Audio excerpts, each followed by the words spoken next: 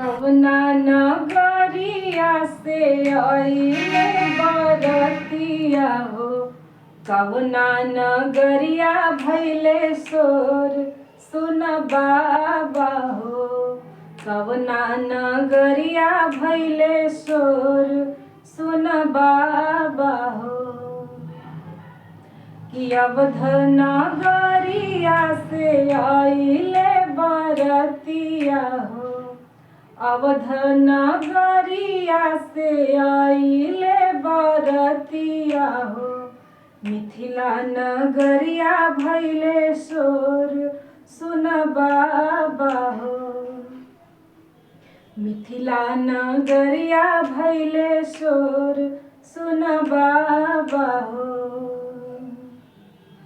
सावरी सूरत से नयनवा न झपकेला। सावरी सूरत से नयनवा न झपकेला। मनवा भइल चित चोर सुन बाबा हो। कवना नगरिया भैले सोर सुन बाबा हो। कि गुरुजी के चेला दुनु बड़ी अलबेला हो। गुरुजी के चेला दुनु बड़ी अलबेला हो। दुनु के दुनु किशोर सुन बाबा हो। कवना नगरिया भैले सोर सुन बाबा हो। गोरे गोरे भैया जैसे चांद के आजोरिया हो। गोरे गोरे भैया दुनु चांद के आजोरिया हो। बिचवा में राम जी चकोर सुन बाबा हो। बिचवा में राम जी चकोर सुन बाबा हो। कवना नगरिया भैले सोर सुन बाबा हो।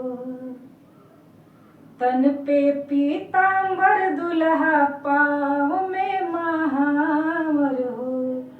तन पे पीतांबर दुल्हा पाँव में महावर हो। चमकेला पटुका के कोर सुन बाबा हो। कवना नगरिया भैले सोर सुन बाबा हो। कवना नगरिया से आइले बरतिया हो।